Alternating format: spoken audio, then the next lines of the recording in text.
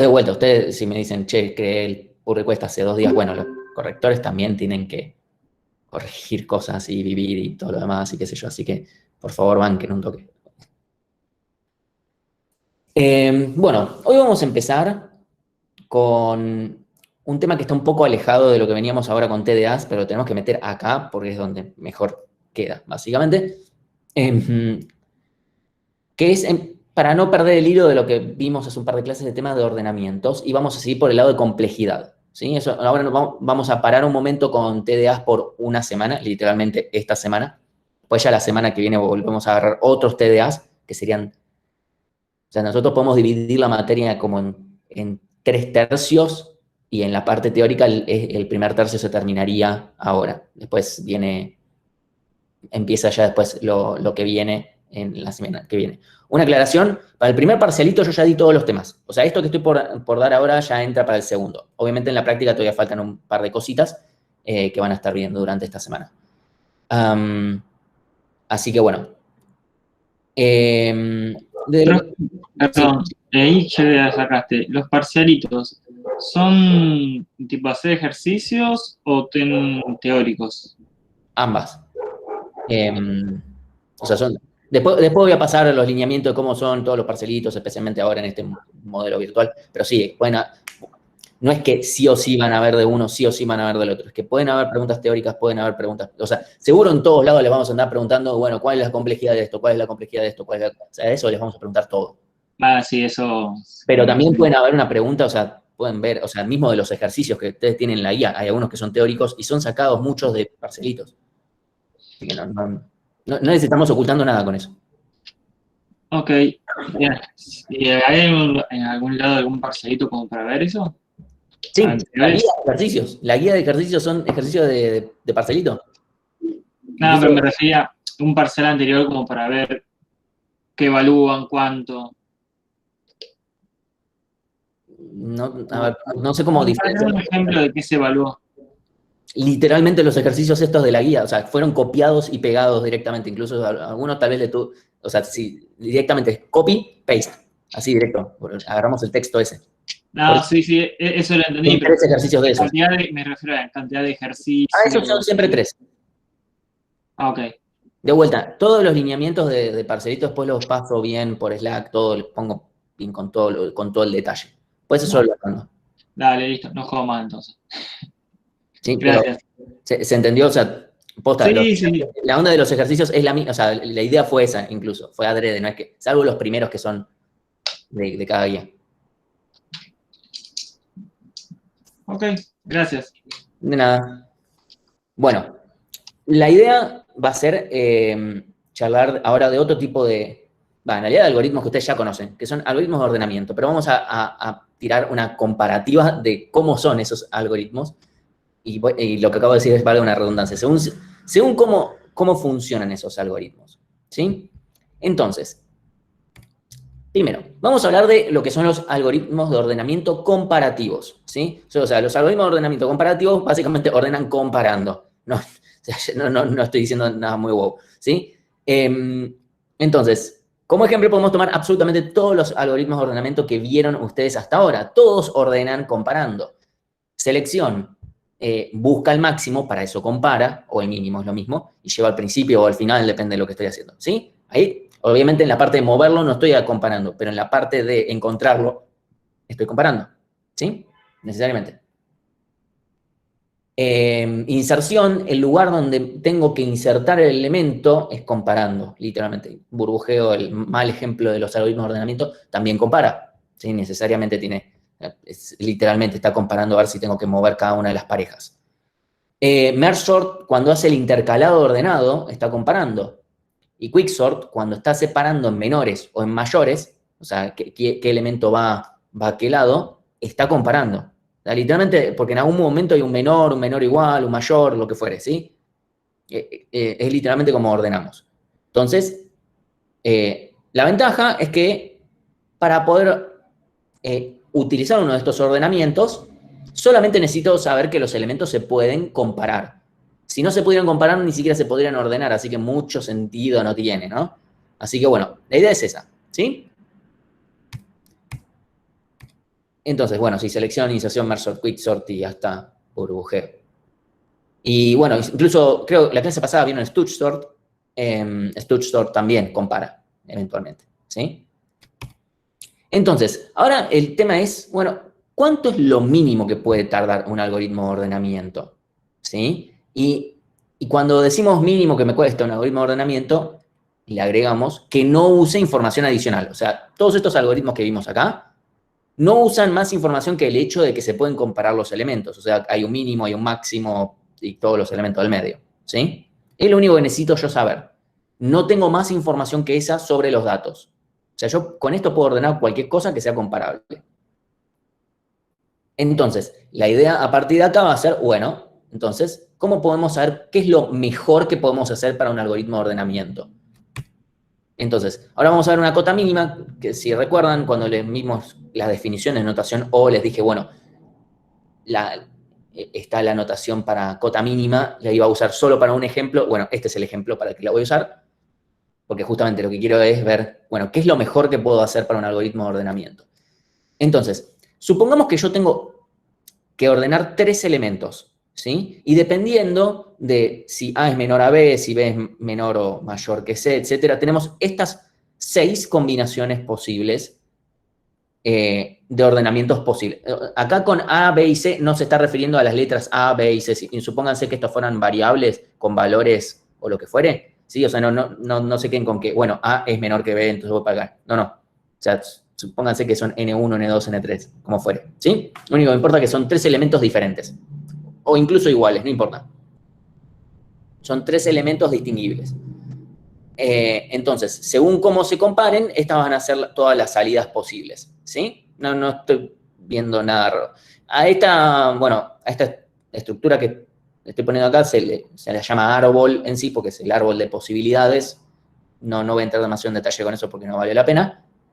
Pero bueno, espero no sorprender a nadie con esto, simplemente de vuelta. Si A es menor a B y B es menor que C, entonces la solución es esta. Si A es menor a B, pero C es menor que B, tengo que comparar A con C y depende del resultado me queda uno o el otro.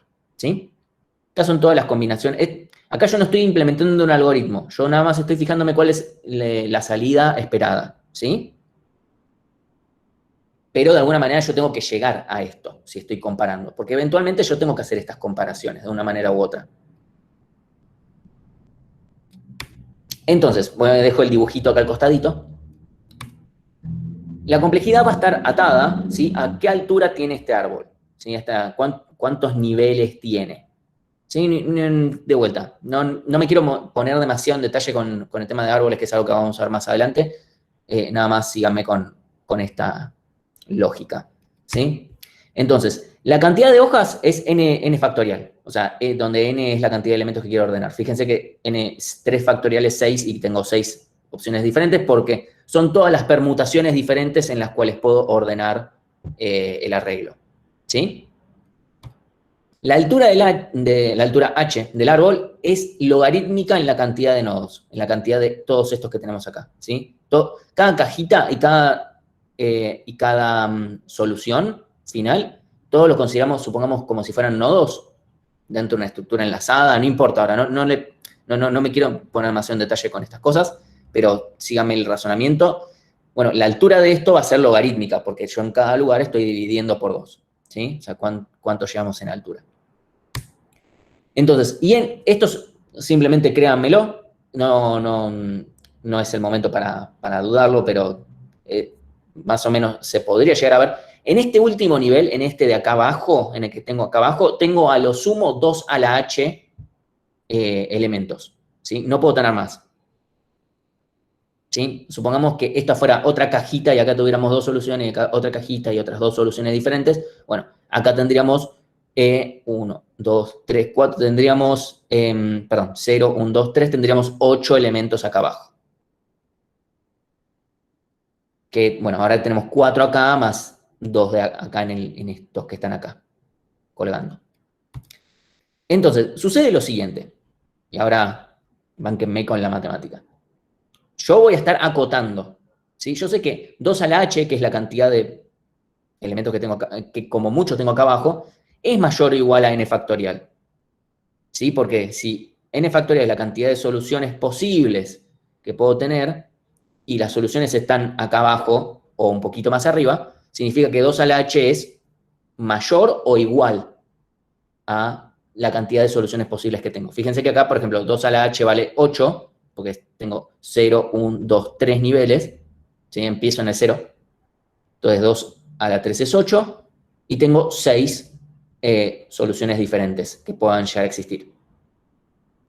Esto simplemente lo aplico porque la altura del logaritmo, perdón, si aplico logaritmo en base 2, miembro a miembro, ¿sí? Es matemática nada más, logaritmo en base 2, me queda h mayor o igual al logaritmo del n factorial. Hermoso, ¿sí? No, como no tiene ningún sentido con nada, ¿sí? Porque, perdón. El chiste de esto es que yo eventualmente voy a tener que recorrer alguna rama de estas. Entonces, tengo que hacer un camino de largo h, ¿sí? Eso es importante. Para llegar a la solución, tengo que hacer un camino en el cual yo comparo y llego hasta acá e hice un camino de largo h, que es la altura de este árbol. Entonces, yo ya sé que la altura es como mínimo logaritmo de n factorial. Buenísimo, es como el logaritmo de n factorial. Si algo le faltaba a la complejidad era que aparecía un factorial en medio. Ahora, ¿qué pasa? Vamos a usar propiedades de los logaritmos y la realidad es que n factorial es menor o igual. En realidad es menor, pero es menor o igual que n a la n. ¿Sí? Esta es la notación de cota inferior, ¿sí? Porque h es como mínimo. Es muy raro, que en general usamos notación O grande, pero acá queremos cota inferior. Entonces, n factorial es menor o igual que n a la n. Eso es así, porque, o sea, n factorial es n por n menos 1 por n menos 2 por n menos 3, así. Y n a la n es n por n por n por n por n por n, n veces. Así que es más grande. Salvo en n igual a 2. ¿Sí? Perdón, con n igual a 1. Entonces, dado esto que habíamos dicho antes, y dado esto que habíamos puesto antes, así que, o sea, la altura de este árbol es el logaritmo de n factorial, entonces podemos reemplazar a que esto, a una cota incluso más grande, lo dejamos como logaritmo de n a la n. Y acá usamos propiedad de los logaritmos, que si tenemos n a la lo que sea, esto baja. Y nos queda que, como mínimo, esta altura de este árbol es omega de n a la n, n log n. Con esta cosa medio cuasi inentendible que nunca les vamos a pedir, pero yo les quiero mostrar que realmente matemáticamente está demostrado, ningún algoritmo de ordenamiento que compara puede ser mejor que n log n, ¿sí? O sea, no puede pasar. O sea, tenía que caer y mostrarles, ok, acá hay una matemática, ¿sí? Nunca se las vamos a pedir, pero espero que más o menos entiendan la idea, ¿sí? Que está relacionada con, bueno, cómo estoy haciendo yo las comparaciones. Entonces, termina sucediendo, aplicando un poco de propiedades, que lo mejor que podemos llegar a hacer en un algoritmo de ordenamiento que compara es algo n log n, ¿sí? O sea, literalmente esa es la conclusión. Un algoritmo de ordenamiento comparativo no puede ser mejor que O de n log n, ¿sí? No puede, no hay forma. No existe manera existente en la cual se pueda hacer un algoritmo de ordenamiento comparativo que sea mejor que O de n log n. Así.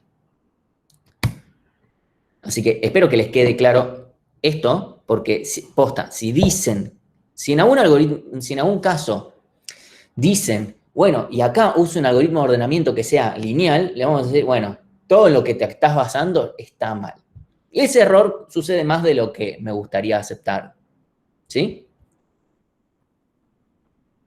Y ahora vamos a ver otra categoría de algoritmos en los que sí podemos lograrlo. Pero no en estos, ¿sí? Entonces, cuando no tengo más información, ¿sí? Y lo único que sé es que puedo comparar los elementos, y ya está, entonces no me queda otra que usar un algoritmo de ordenamiento comparativo. Y lo mejor que podemos hacer es ODN log n, merge sort, quicksort y otros algoritmos más que hay. ¿Sí? Hasta acá estamos, tatúenselo, o sea, directamente. Cada vez que estén por escribir algo sobre un algoritmo de ordenamiento y su complejidad, se miran el tatuaje y después responden. Porque después, terminan teniendo un ejercicio mal por este tipo de cosas. ¿Hasta acá estamos bien? Sí. Ok. Buenísimo. Bueno, entonces, estamos hablando de cosas que en realidad ya conocíamos, más allá de que no conocíamos esta cota inferior, pero de lo que sí conocíamos eran los algoritmos en sí. ¿Sí? Ahora entonces vamos a mencionar qué son los algoritmos de ordenamiento no comparativos. Y bueno, va a valer de vuelta la redundancia de que no comparan. O sea, ordenan usando otra información que si la tenemos hay que usarla a nuestro beneficio. A veces tenemos información, pero no nos es suficiente para decir, ok, usemos este algoritmo porque nos sigue sin convenir. Entonces, no podemos aplicarlo siempre, primero porque tal vez no tenemos la información o porque la tenemos y no nos es suficiente. O sea, tal vez la información nos dice, no te conviene usar este algoritmo, va a tardar más que si usaras Quicksort. Entonces, solo usamos estos ordenamientos si tenemos esa información. De vuelta, ese es un error bastante común que dice, no, bueno, ahora menciono los nombres de los algoritmos y lo tengo más adelante. Hay uno que se llama Counting Sort, que es el que vamos a ver ahora, que de repente en el medio de un ejercicio que no dice nada sobre la información de los datos, dice, bueno, yo uso Counting Sort. Y es como, no, está mal. Está mal. Todo lo que digas de acá para abajo va a estar mal porque te basaste en una premisa muy falsa, que es que tenías información que es mucha. O sea, necesitamos tener mucha información sobre los datos para poder aplicarla. Que a veces la tenemos. No es que es un escenario teórico que no existe. O sea, esto se aplica en la vida real normalmente, pero necesitamos tener este grado de información. Entonces, para poner un poco en claro cómo podemos mejorar un algoritmo, ¿sí? En función de si tenemos información o no, y que obviamente el algoritmo tal vez ni funciona, o funciona, pero no se cumple lo que pedimos, es, por ejemplo, obtener máximo un arreglo, ¿sí? ¿Cómo hacemos para obtener el máximo de un arreglo cuando no sabemos si está ordenado? Es una pregunta medio retórica, ya sé que lo saben, pero díganlo, alguien que diga lo que ya venimos charlando.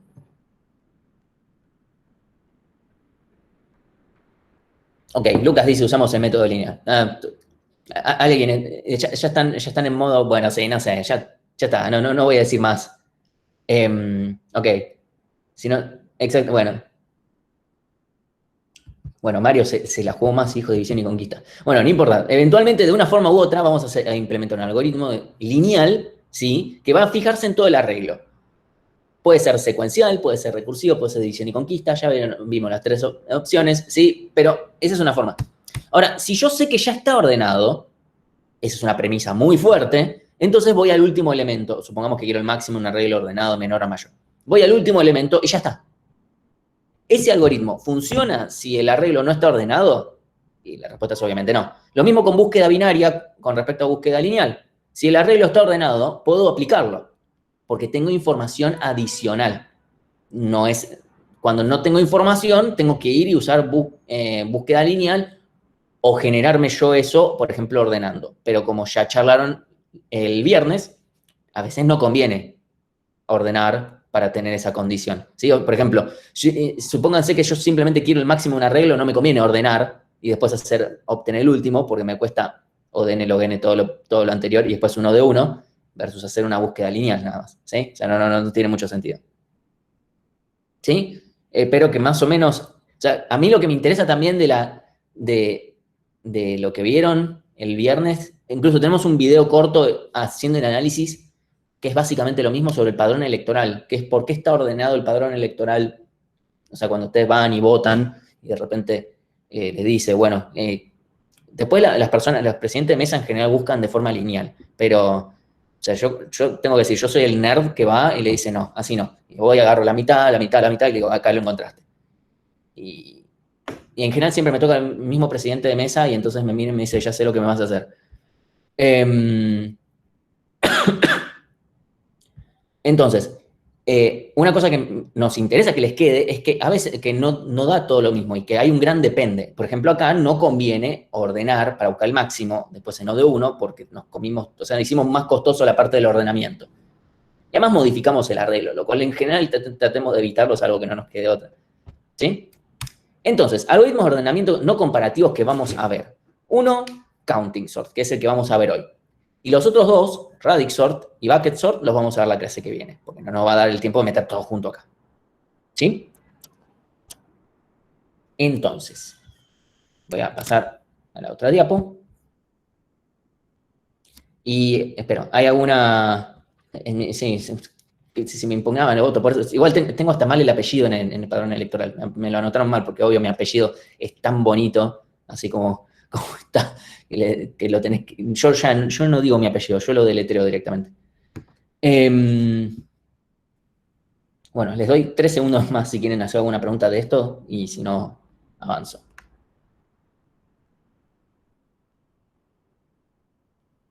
Ok, avanzo. Entonces, counting sort, nuestro primer ordenamiento, algoritmo de ordenamiento no comparativo. O sea, literalmente no vamos a comparar. No va a existir un if esto es menor que esto. No va a pasar. No vamos a comparar. Entonces, nunca va a existir eso. ¿Qué es lo que vamos a hacer? Ok, vamos a primero permitir datos enumerables, discretos. O sea, no puedo ordenar un 1,5 con un 1,7. Tiene que ser completamente enumerables. Salvo que literalmente esté ordenando, que yo conozca la información que mis números son con coma hasta un dígito. Entonces es lo mismo que tuviera, no sé. O sea, si lo multiplico por 10 serían números enteros. ¿Sí? O sea, sacando un caso tan particular como ese, que obviamente implica tengo mucha información.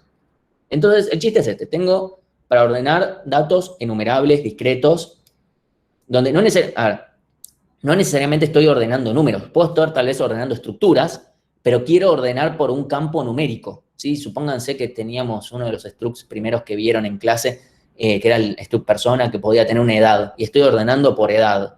No sé, para ver a quiénes le doy la vacuna primero, ordeno de mayor a menor eh, a las personas.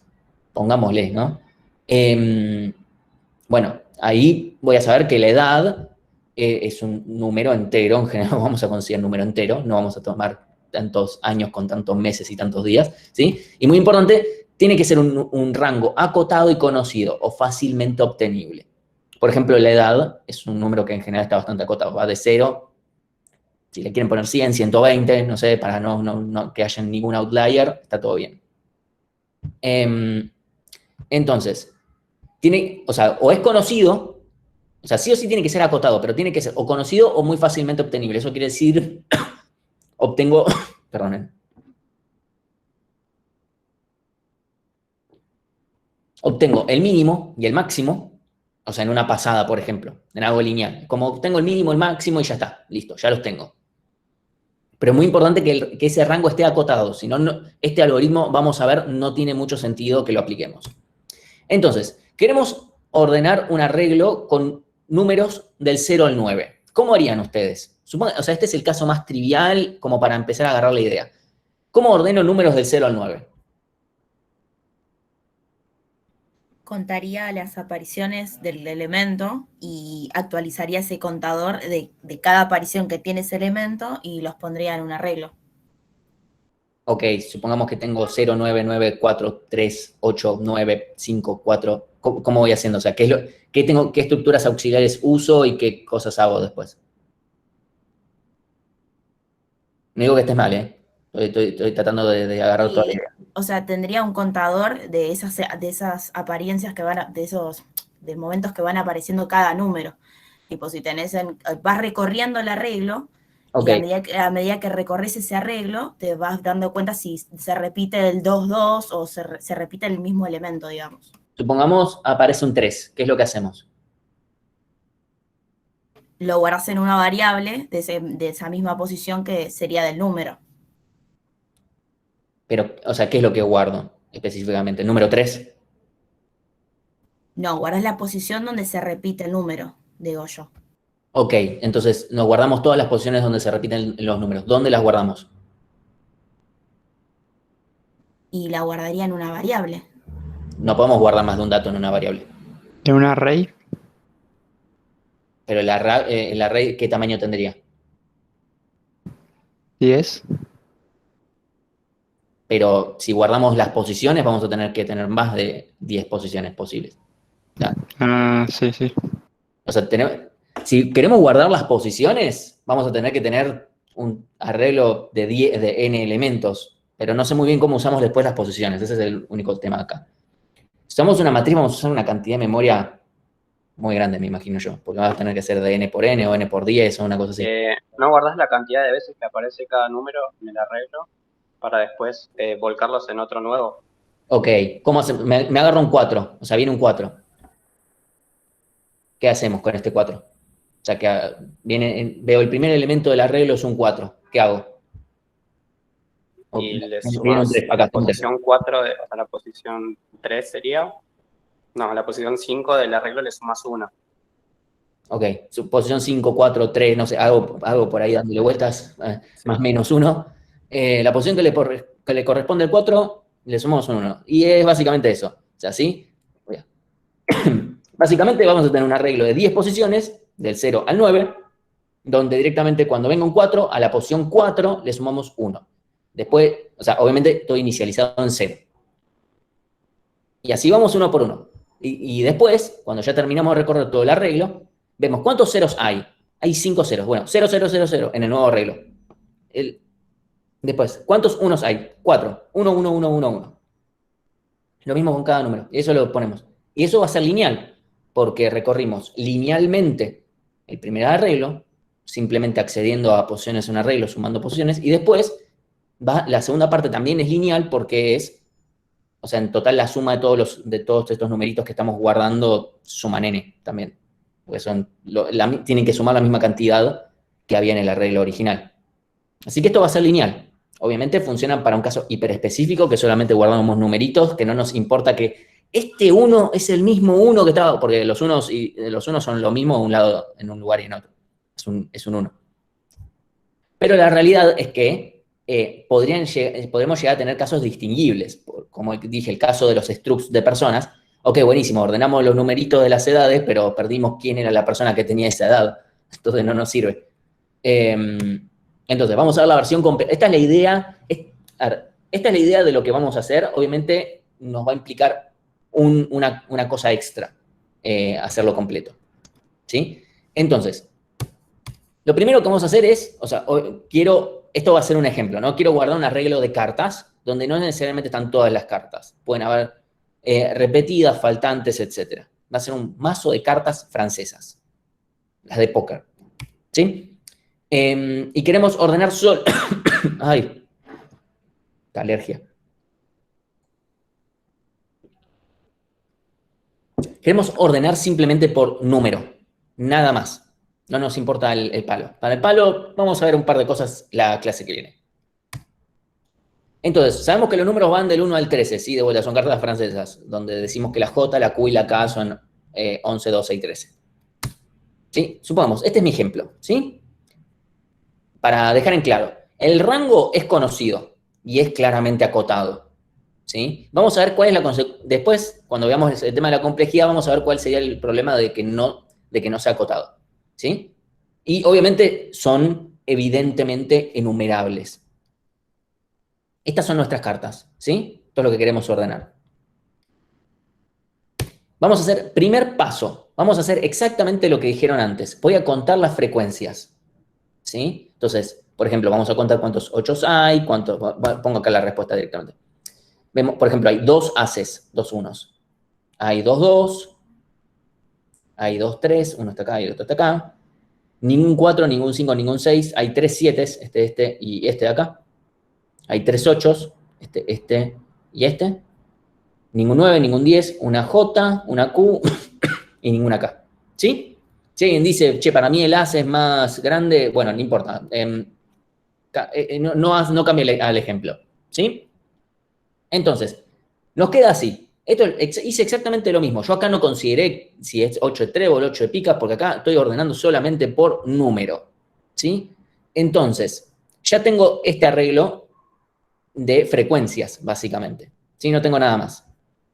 El siguiente paso, y este es el paso que puede ser más confuso, pero síganme un cachito y van a ver que se puede resolver, ¿sí? El siguiente, lo que voy a hacer es básicamente fijarme dónde tiene que comenzar cada carta. ¿Sí? A ver, pónganse, siguiente. ¿En qué posición debería ir el primer as de todos?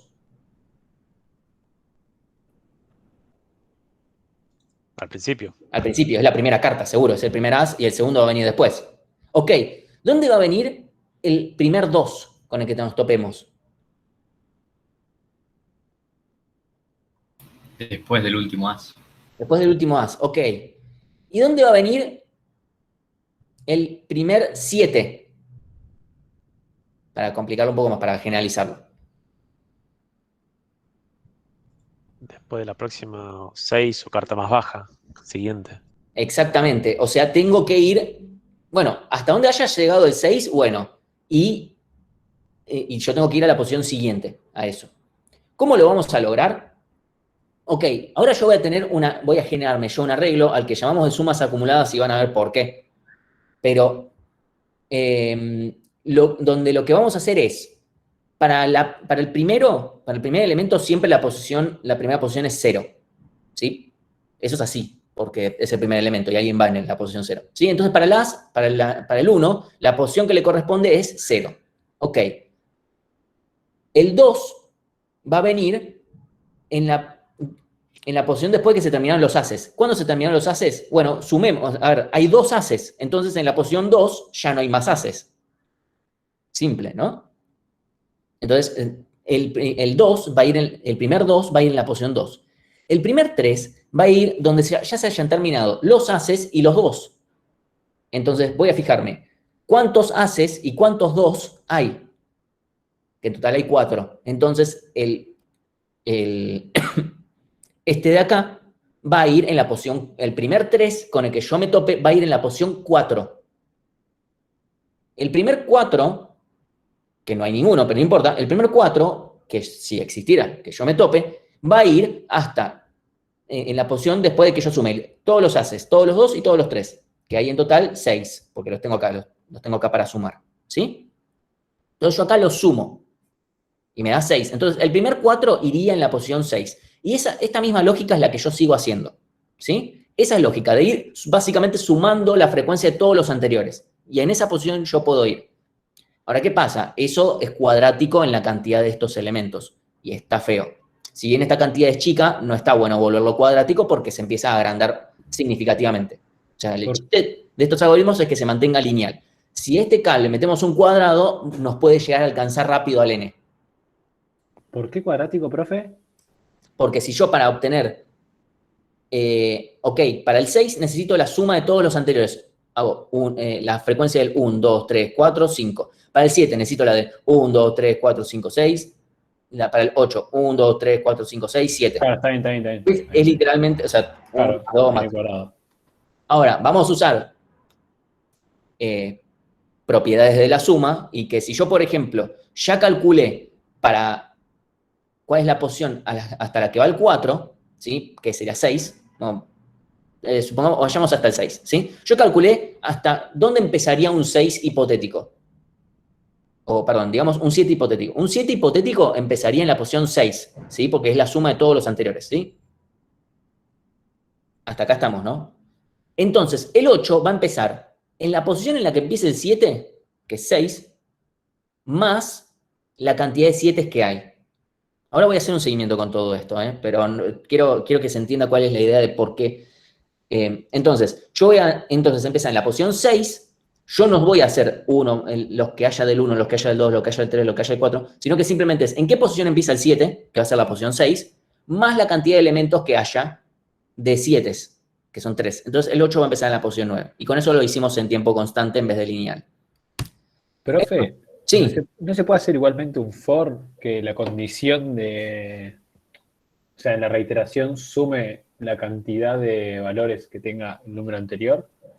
Sí, de vuelta, pero eso va a ser lineal en vez de hacerlo constante. O sea, yo puedo hacer lo que hay en 1, lo que hay en 2, lo que hay en 3, lo que hay en 4, claro, lo que hay en 5, lo que hay en 6. Está bien, entendí. O sea, eso lo podemos hacer. El tema es que cuesta más. Va a ser cuadrático en total. Entonces, la idea de este textito de acá es eso que acabo de decir, que es como optimización reutilizamos las sumas anteriores para evitar tener que volver a sumar lo anterior. Entonces, ¿sí? O sea, acá hubo un lío de matemática, pero les juro que anda. ¿Sí? Entonces, paso 1, ¿sí? O sea, vamos a hacerle paso a paso, directamente. Al primero le chantamos un 0, porque sabemos que el as va a venir en la posición 0. Después, hacemos este más este, 2. Este más este, 4. Este más este, ¿sí? Porque es, ¿en qué posición empieza el 3 más la cantidad de 3 que hayan? En esa posición, que es en total 6, o sea, estamos sumando todos estos anteriores, porque este número tiene la suma de todos estos, más la cantidad de 3 que hay. Entonces hacemos esto. Y así seguimos con todos, ¿sí? O sea, literalmente estoy haciendo esa misma cuenta. Fíjense que el 8 me quedó en la posición 9, tal y como dije. Y para el 9 es la misma idea. Me fijo, ¿en qué posición empieza el 9 más, en qué posición empieza el 8 más cuántos 8 hayan? Y ya está. Entonces yo ya sé con este arreglo en qué posición empieza cada carta. O sea, si hay una de estas cartas, yo sé dónde corresponde que vaya. Entonces, ahora el tercer paso es, bueno, construir el nuevo arreglo ordenado, ¿sí? Entonces vamos a ir agarrando cada carta del arreglo original, perdón, y vamos a ir ubicándola según este arreglo que generamos acá. Entonces, viene un 8 de picas, ¿sí? Acá veo con un acumulador, veo 0 más 2 más 2 más 2. Ok, veo más o menos todos estuvieron preguntando sobre esto. Y exactamente como dice Emanuel, esto va a ser posición inicial de 6 más frecuencia de 6 para el 7. Ok, viene un 8 de picas, directamente me fijo. Bueno, el primer 8, ¿dónde debería ir? En la posición 9. ¿Sí? El primer 8 va en la posición 9. Tuki, ya está. Guardamos esta mini cartita acá. Puntero a carta. Ok, y ahora lo que nos falta hacer es, bueno, si viene un nuevo 8, no quiero que me pise esta carta. Entonces que vaya a la siguiente. Le ponemos un 10. Ya está. Ahora viene un 7. Entonces, vemos. Vamos a la posición que le corresponde al 7, que es la posición 6. Tuc, y ya está. Fíjense que acá no estoy llenando de a uno los elementos del arreglo. Acá no estoy comparando absolutamente nada. Yo nunca me fijé 2 cartas cómo son, ¿eh? Y obviamente acá actualizo también. Viene un 3. Y hacemos lo mismo. ¿Ven? Vamos a la posición 4. Viene otro 8. Y ahora lo vamos a poner en la posición 10. Y esto se actualiza. ¿Sí? Otro 7. Va a ir a la posición 7, que está acá. Y lo actualizamos. Viene el primer as, ahora va en la posición 0. Viene otro 7. Va a ir a la posición ahora 8. Y actualizo. 9. Ahora, fíjense, alguien podría preguntarse tranquilamente, che, y si viene otro 7, voy a pisar el 8. Pero el tema es que no hay otro 7. Y literalmente el 8, cuando se puso que la primera posición es el 9, tuvo en cuenta cuántos 7 habían. Sí, literalmente hicimos eso, hicimos la cuenta. Estábamos sumando cuántos de todos estos hay. ¿Sí? Así que es imposible, aunque acá haya un 9 ahora, no van a aparecer más 7. Así que esto de acá no se va a pisar. Perdón si se ve que cambio así, pero estoy viendo si escriben algo. Viene un 2. Vamos a la posición 4. Viene otro as. Va a la posición 1. ¿Sí? Estoy viendo esto de acá. A la posición 1. Fijo, en la posición que le corresponde al as, bueno, ¿a qué posición va? A la 1. El otro 2 ahora va a la posición 3. La Q va a la posición 13.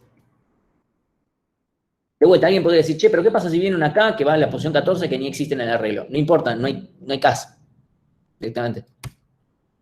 Otro 8 va a la posición 11. Y una J va a la posición 12. Y con eso estamos.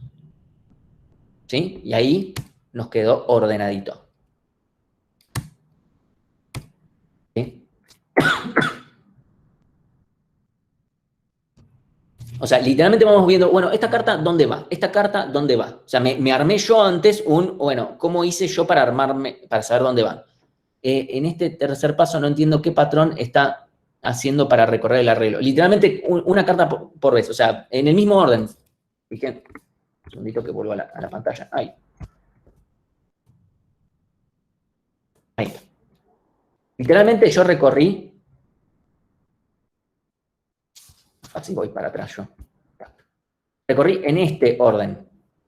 ¿Sí? Literalmente en este. O sea, el arreglo original tal cual me vino antes. O sea, yo recorro en ese orden. Vine este de acá, después este, así. O sea, vine en este orden y ya está. En el orden en el que vengan los elementos. Y eso en realidad también es importante para que se logre. ¿Sí? Entonces,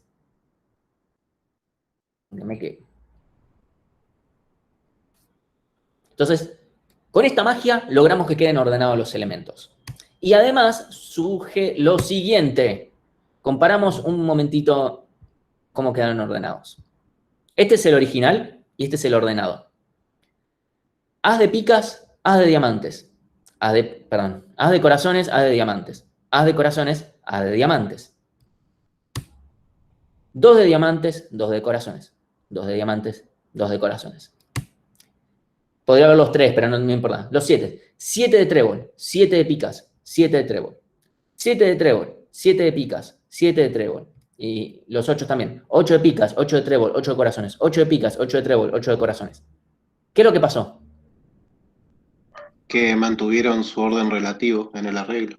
Exactamente. Todos los elementos que tenían para el algoritmo la misma clave, o sea que para el algoritmo estos 3 8 eran iguales. Porque fíjense que en ningún momento es como, oh sí, el 8 de trébol, mucho, muy importante. No se fijó. Solamente se fijó en el número. Pero mantuvo que este primer 8, o sea, es muy fácil distinguir cuál es el primero porque tenemos una forma visual de distinguirlo. Este 8 de picas vino en la solución, quedó acá primero, después el 8 de trébol, después el 8 de corazones. Y eso pasó con todos los elementos que tengan la misma clave para el ordenamiento, ¿sí? Y eso es muy importante, es una característica que tienen algunos algoritmos de ordenamiento que se llama estabilidad, ¿sí? Un algoritmo de ordenamiento es estable si se asegura que el orden relativo de las mismas claves para el algoritmo de ordenamiento sea idéntico a la salida que a la entrada, que este es un caso, ¿sí? O sea, Counting Sort es un algoritmo de ordenamiento estable, por lo que les acabo de mostrar, ¿sí?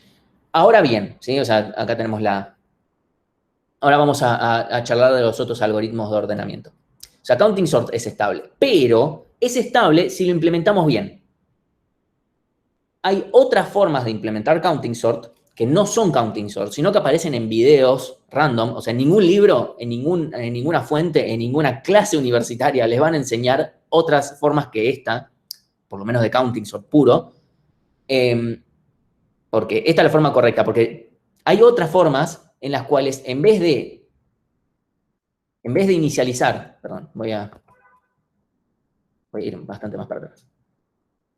En vez de inicializar a este elemento en 0, lo inicializan en la cantidad de elementos que tiene, 2. Entonces, después este viene 4, etc. Entonces, en vez de poner en qué elemento empieza el 1, vemos en qué elemento termina. Entonces, ponemos, por ejemplo, acá en la 2, entonces ponemos en la posición 1 y después en la posición 0, o sea, le restamos 1. Y vamos restando. Eso haría que literalmente sea lo contrario a que sea estable. Hay algunos... Por eso les digo, ojo, hay algunos videos donde muestran esto y yo recuerdo que hubo una vez un alumno que vino y me dijo específicamente por esto, no, pero Martín, yo vi que esto se hace así. Le dije, pero rompiste una de las propiedades más interesantes que tiene el algoritmo, que es estable. O sea, lo rompiste adrede por una modificación. Fue como, bueno, o sea, eso no es Counting Sort. Counting Sort es lo que les acabo de mostrar ahora, ¿sí? Porque mantiene que sea estable. La lógica obviamente se mantiene igual, pero es implementarlo roto al pedo.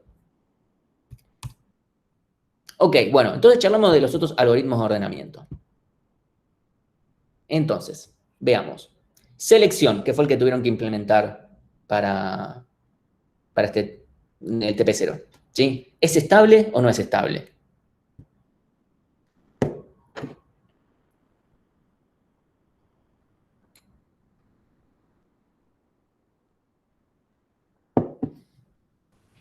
O sea, ¿mantiene el orden relativo a la salida que a la entrada o no lo mantiene?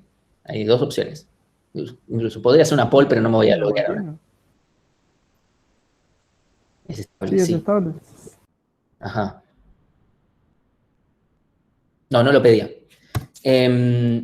Supónganse que yo tengo el siguiente arreglo.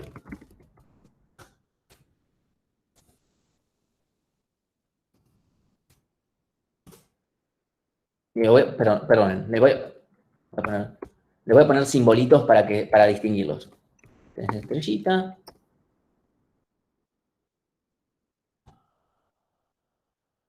Más.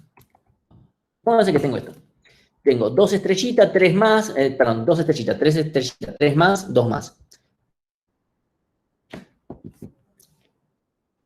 ¿Qué 3 terminan agarrando primero para mandarlo al final?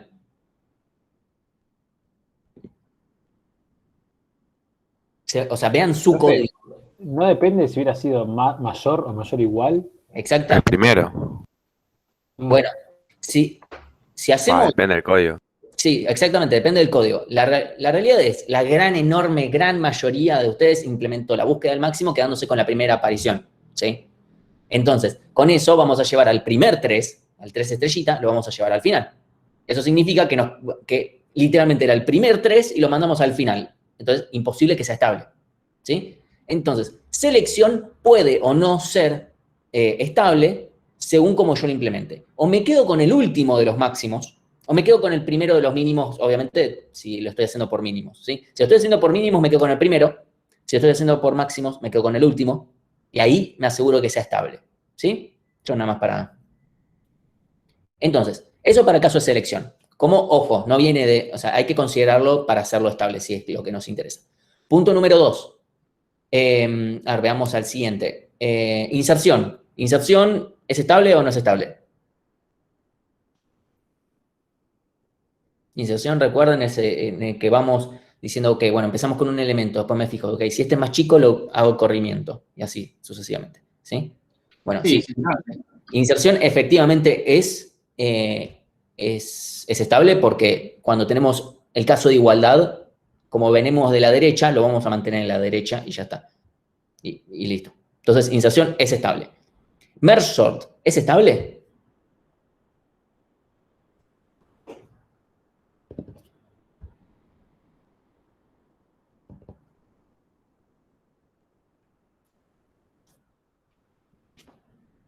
Veo un par de...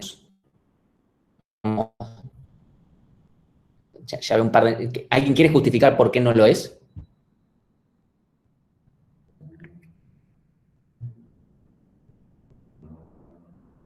No hay pivote en merge sort. Ese es quicksort. Depende si te tocan dos elementos iguales, si lo mezclas o no. No. O sea, tiene que ser determinístico. ¿Qué hacemos?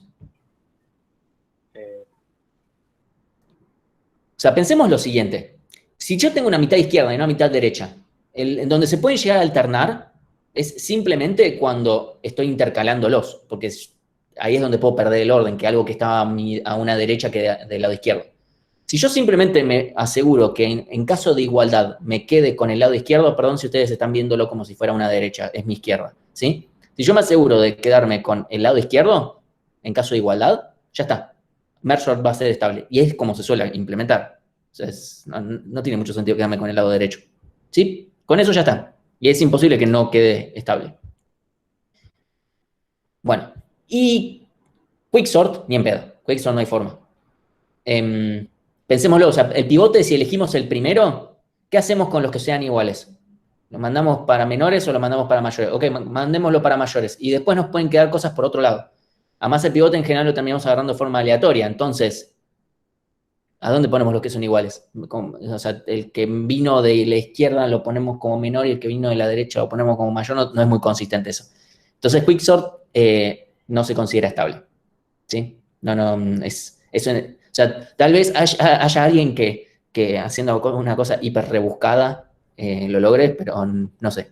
O sea, la verdad que se considera que quicksort no es estable. Así que bueno, con eso, bueno, si quieren burbujeo es estable, no voy a perder tiempo en burbujeo.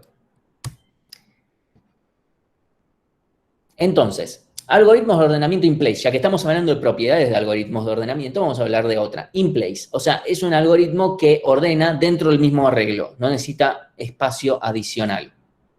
Más allá de variables, ¿no? Por ejemplo, selecciones in place.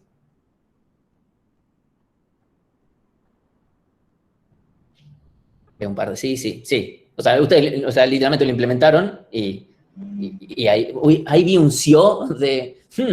Si es no, cualquier cosa digo que me equivoqué. El clásico ni. Bueno. La respuesta sí es in place. Inserción es in place. Literalmente estamos reubicando los elementos. Hasta burbujeo es in place. Merge sort no es in place. Y no hay forma de implementarlo in place. ¿Sí? O sea, literalmente tenemos que copiarnos el arreglo para ordenarlo, ordenar esa mitad, copiar la otra mitad y ordenarlo. O sea, no queda otra. Creo que alguien había alguna vez implementado un algoritmo horripilante para hacerlo in place.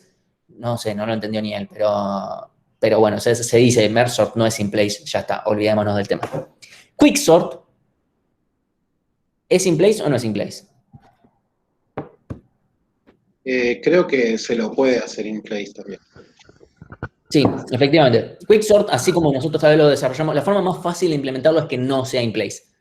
Pero Quicksort se puede llegar a ser in place sin que sea una cosa tan horrible. Obviamente afea un poco el código, pero no es tan grave. Entonces se puede hacer y se puede considerar que Quicksort es in place tranquilamente. Pero bueno, sepan que lo afea un cachito. ¿Y eso hacerlo in place te serviría? Para ahorrar memoria nomás. Sí, efectivamente. Para ahorrar memoria, Porque principalmente, y algunas cosas. A ver, como... Este tipo de aplicaciones también, o sea, sirven para cosas que ya se van de lo que es el scope de esta materia, el alcance de esta materia, que tiene que ver con cuánto cuestan hacer, por ejemplo, que era un vector, escribir, leer, ese tipo de cosas, donde nosotros consideramos que escribir en una variable y leer de una variable es todo o de uno y está todo bien. Hay unas mínimas diferencias y, por ejemplo, selección, algo bueno que tiene es que hace la mínima cantidad de escrituras posibles. Eso está bueno, porque escribir tarda más que leer. Eso estamos yendo muy abajo y eso ya lo verán en otras materias. Pero está bueno.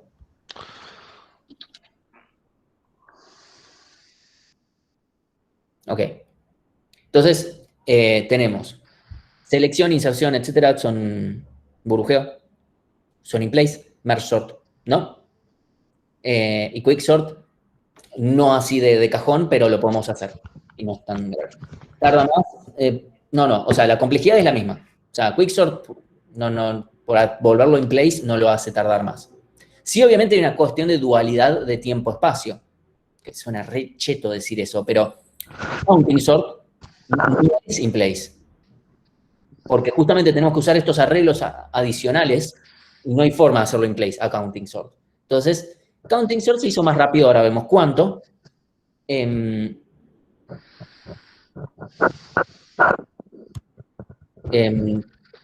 alguien que no está, les pido, creo que hay alguien que no está muteado y está haciendo unos ruidos raros. O sea, si quieren hacer una pregunta, Felipe. Mala mía. Me saqué justo los auriculares. Bueno, entonces, ahora vamos a ver cuánto cuesta counting sort, pero obviamente el hecho de que va a andar más rápido, la consecuencia es que tenemos que usar ese espacio, no lo podemos hacer in place, no hay forma. No hay forma de hacer counting sort in place. Bueno, ahí está la pregunta de cuáles son in place y cuáles no. Ahora vamos a charlar de la complejidad de counting sort. ¿Qué creen ustedes?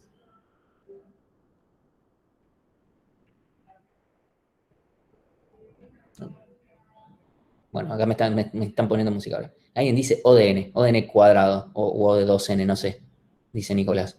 ODM, no sé qué es M ahora. N cuadrado. Lineal. Ok, no vi ninguna razón, o sea, vamos a ir analizándolo poco a poco, ¿sí? Tenemos un arreglo de n elementos que puede tomar k valores posibles cada uno. Por ahora vamos a tomar que hay k valores, no importa cuánto vale k, hay n elementos en total, ¿sí? En nuestro caso particular, k valía 13, ¿sí? Pero lo vamos a analizar más allá del valor particular.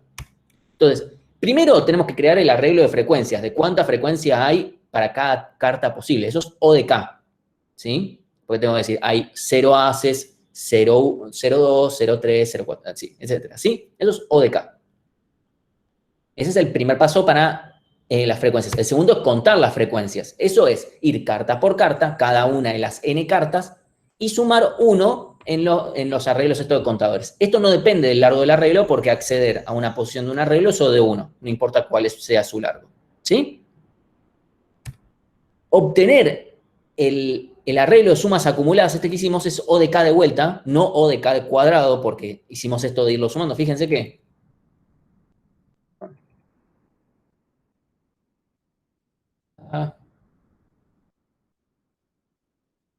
fíjense que yo literalmente estoy recorriendo 2 veces un arreglo de tamaño k.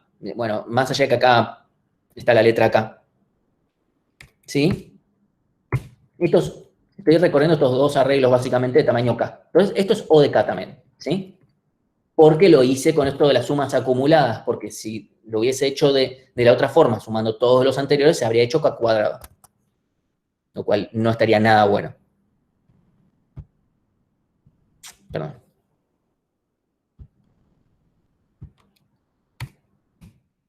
Entonces, contra frecuencias, obtener el arreglo de sumas acumuladas. Y ahora tenemos que ir carta por carta, ¿sí? Ubicando dónde corresponde, ¿sí? Tenemos que ir que vino el primer 8, qué posición le corresponde, acceder a un arreglo es O de 1, escribir en el otro que es de tamaño n, ya el último arreglo es de tamaño n, pero acceder a esa posición es O de 1. Entonces, voy carta por carta haciendo operaciones O de 1. Eso es O de n. Entonces, en total, nos queda este O de k, más este O de n, más este O de k, más este O de n, todo O de n más k. Buenísimo. Por eso es importante que la parte esta de sumas acumuladas no la hayamos hecho cuadrática, porque si no acá nos quedaría O de n más k cuadrado. ¿Qué sucede? Si k es un número muy chico, k, digamos, despreciable, como en nuestro ejemplo, que es 13, más allá de que yo no tenía muchas cartas, porque obviamente no voy a hacer un ejemplo de 1000 cartas, pero si k es un número muy chico, lo podemos despreciar y nos queda un algoritmo lineal, ¿sí? Y acá es donde las precondiciones del algoritmo importan mucho. Si yo no conozco el rango, primero, ¿cómo miércoles hago el arreglo de tamaño k? Pero supongamos que lo conozco o lo obtengo, ¿sí? Supongamos que lo puedo obtener, porque obtengo cuál es el mínimo, obtengo cuál es el máximo. Pero supónganse que, no sé, no tengo información y es cualquiera de los posibles valores enteros que haya, cualquier int. Bueno, cualquier int, no sé cuál es el máximo entero, pero seguramente, si yo no tengo esa información, este k va a ser más grande que el n. Entonces, si es más grande que n log n, esto fue peor. De vuelta, si k es más grande que n log n, esto lo terminamos haciendo peor. Es mucho, o sea, es peor. Nos convenía más hacer merge sort. Y ese por log n no es tan grande. Recuerden lo que vieron con los grafiquitos que les mostró Jorge y etcétera. Todo lo que les fue mostrando, que realmente el logaritmo no es multiplicar por una guasada, tiene que ser muy grande el número para que ese logaritmo sea un número representativo. Consideren eso, ¿sí? Y esto a veces se les escapa. Dicen, listo, uso counting sort. Si el problema no dice nada de la información del rango, está mal, porque hicieron peor, o sea, lo hicieron peor. Es mejor decir uso merge sort, ¿sí? Entonces, por eso, tengo que conocer el rango, tengo que saber que está acotado, ¿sí? Por ejemplo, en las edades, ok, no sé exactamente cómo es el rango porque no sé cuál es la persona más vieja en Argentina, no sé cuál es la edad, pero puedo obtenerla. Si tengo el padrón, voy, busco a un ODN para buscar cuál es el máximo, el mínimo, lo seteo en 0, ya está. Bueno, obtengo, pongámosle que da 98, no sé cuál es la edad de Mirta. Pero bueno, sí, supongamos que la edad de Mirta se mide en longs, no en ints. Lo sacamos, a Mirta la ponemos al final. Pero todo el resto, más o menos, entre 0 y 100 estamos. Entonces, ponemos un arreglo de tamaño 100 y ahí estamos bien, porque sabemos, bueno, somos 45 millones de personas, que k valga 100 no es un problema, ¿sí? O sea, listo, ya está, te lo regalo. Incluso ahí el k cuadrado no nos importaría tanto. Pero bueno, ¿para qué hacer algo k cuadrado que podemos hacerlo no de k? Eso para poner un ejemplo, ¿sí? Con números. Pero si yo, por ejemplo, en este ejemplo en el que yo estoy ordenando, tal vez en realidad hacer counting sort no sea exactamente lo mejor porque yo tengo en realidad más variables de cartas que cartas en total. Creo que 1, 2, 3, 4, 5, 6, 7. Tengo 14 con 13 variantes. Como bueno, counting sort sigue siendo mejor que hacer merge sort, pero estamos cerquita, o sea, no es despreciable por lo menos. ¿Sí?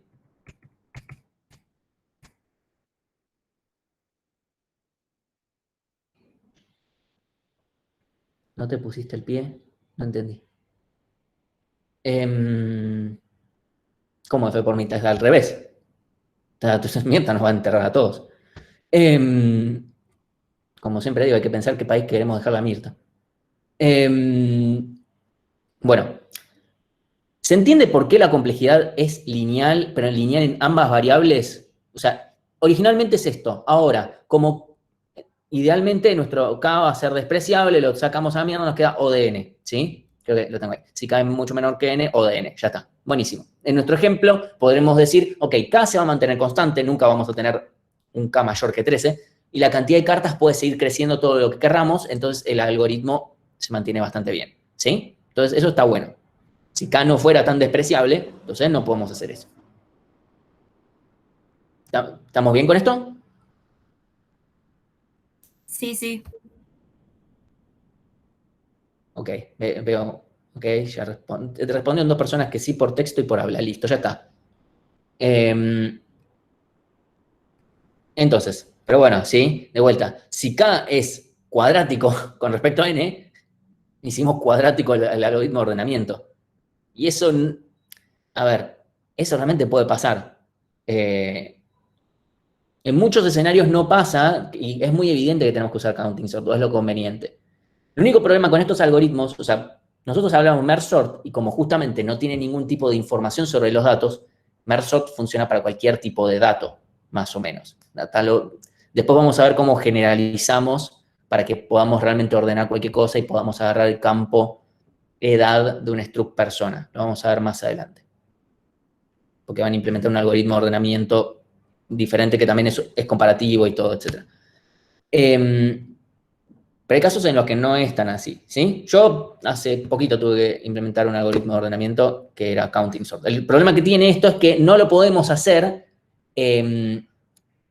genérico, porque justamente depende de la información que nos demos.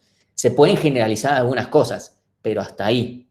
Y cuanto más lo generalizamos, más feo queda en realidad ese algoritmo. ¿Sí? Esa es la desventaja que tiene. Si K es igual a N, tenés todas las cartas de la regla y sigue siendo O de N. Eso es cierto, si tenemos todas las cartas. Fíjense que en nuestro ejemplo teníamos 14 cartas, 13 posibilidades de números. Podemos decir que K es igual a N y sigue siendo lineal. ¿Sí? Así que bueno, esta es la enseñanza que... de cosas de cómo... Yo realmente nos sentimos mucho como esta pobre señora, ¿sí? Si no tienen información adicional, no digan que usan counting sort o cualquiera de los otros algoritmos que vemos más adelante. Lo mismo, si se les da una información, pero no es la que necesita el algoritmo, no usen ese algoritmo. En todo caso, usen otro. Porque ahora, la clase que viene, vamos a ver otros 2 algoritmos que usan otro tipo de información. Entonces, si tienen, no sé, el rango y dicen, bueno, como tengo el rango, uso bucket sort, que es otro algoritmo de ordenamiento, como no, porque no depende de eso. ¿Sí? Entonces, ahora vamos a ver una versión simplificada de counting sort. Simplificada en el sentido de codearlo. La idea es esencialmente la misma y en realidad no es estrictamente counting sort, es una mezcla de 2 algoritmos. ¿Sí? Entonces, en vez de ir manteniendo, hacer el arreglo de sumas acumuladas y contando las frecuencias, etcétera, vamos a hacer otra cosa. Vamos a guardar listas o colas. Da lo mismo, cualquier estructura FIFO. ¿Por qué FIFO? Porque queremos hacer que sea estable. ¿Sí? Entonces, lo único que vamos a hacer es mantener un arreglo de listas donde cada carta la pongamos en la lista que le corresponde. Entonces, por ejemplo, creamos las listas vacías. Este es el mismo arreglo de cartas original que tenía antes. Entonces, pongo la primera carta en la lista que le corresponde. La segunda, la tercera. Así, y así con todas. ¿Sí? Voy poniendo y hago que esta estructura sea una cola o una lista o lo que fuera, o sea, cualquier cosa que mantenga el orden relativo para que esto sea estable. ¿Sí? Y después simplemente recorro cada una de estas listas y digo, bueno, vienen estos 2 ACE, después vienen los 2, después vienen los 3, después vienen los 7, después vienen los 8, después viene la J, después viene la Q. Y ya está. Y queda ordenado igual. ¿Sí? Es exactamente, o sea, la idea obviamente está muy simplificado, es muy bonito, así como está, como, me gusta más esto que lo otro, que tenía que tener arreglos. Pero bueno, vamos a comparar un algoritmo con el otro. ¿Sí? O sea, esta versión tiende a ser más lenta, pero ya por cosas que no tienen que ver con la materia. Porque acá tenemos punteros, cosas, o sea, listas enlazadas en general, o colas. Podemos hacer una cola sobre un arreglo, pero termina siendo menos eficiente. Esa es la realidad. ¿Sí? Eso termina pasando. Y además porque acá tenemos un arreglo de estructuras, acá hay punteros dando vuelta. Por todos ese tipo de razones, es un poco menos eficiente que la otra que maneja arreglos, anda a las chapas directamente, ¿sí? Eso es el punto número 1. Y en realidad, esto no es counting sort. Esto en realidad es la idea de counting sort mezclada con un algoritmo que vamos a ver la clase que viene. Después les voy a mencionar, les voy a volver a esto y voy a decir, bueno, ¿vieron esto que dije de counting sort, que era una mezcla? Bueno, por esto.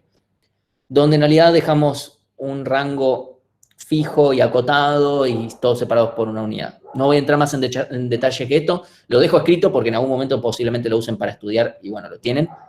Y eso me da pie para... Estas diapositivas sí están en Drive, pero porque estas diapositivas fueron pensadas, incluso tienen notas al pie por todos lados, tienen como texto directamente, explicando cada cosa. Así que bueno, o sea, tiene un par de implicancias que hace que no sea ni un algoritmo ni el otro, pero funciona. Esto lo traigo a colación primero, porque no quiero dejar de mostrarles que existe esto y que muchas veces está bueno, la verdad que es simple de implementar, pero cuando nosotros les digamos, hagamos un seguimiento de counting sort, si nosotros decimos, hagamos un seguimiento de counting sort, es de todo lo que venimos viendo acá, con todo esto, de los arreglos que hacen esto, el histograma o las frecuencias, etcétera, y vamos actualizando todas estas cosas, ¿sí? Eso es counting sort. Lo quiero dejar bien claro, ¿sí? Ahora, si por ejemplo necesitamos usar, si yo tengo que usar, por ejemplo, la clase que viene vamos a ver un algoritmo que usa otros algoritmos de ordenamiento de forma auxiliar, ahí podrían usar este porque lo hace, en la hoja es más rápido, o sea, en la hoja tenemos que hacer menos pasos, ¿sí? Así que bueno, y la complejidad en sí es lo mismo, ¿sí? En ambos casos, obviamente implementando con esta estructura estable, vamos a mantener que el algoritmo sea estable. Y ahí Gastón preguntó una pregunta. ¿En el parcial nos van a pedir código counting sort o solamente hacerles un seguimiento? Es muy raro que les pidamos código de estos algoritmos de ordenamiento, sí los tienen que saber en sí o alguna idea. En finales sí puede pasar, pero en finales ya vamos directamente a que lo hagan en pseudocódigo. Acá incluso si se los pedimos, es posible que si se los pedimos va a ser en pseudocódigo. Counting sort del tipo división y conquista, no existe. Además porque división y conquista ya nos mete logaritmos de por sí en general. Así que no conviene. O sea, no veo que haya no sé si hay un algoritmo lineal que se haga por división y conquista, es algo que a esta misma lógica la hagamos, no sé, voy a izquierda y voy a derecha y voy a hacer... Por ejemplo, yo no llamaría ese algoritmo de división y conquista. Si en la última etapa, cuando yo estaba recorriendo el arreglo, fuera primero izquierda, después a derecha y hago cosas como esas. No lo llamaría, porque todos los otros pasos anteriores no los hice así. Pero bueno. O sea, académicamente entre nosotros tal vez podríamos llegar a decir, bueno, esto lo implemento por división y conquista, bueno, qué sé yo. No tendría mucho sentido.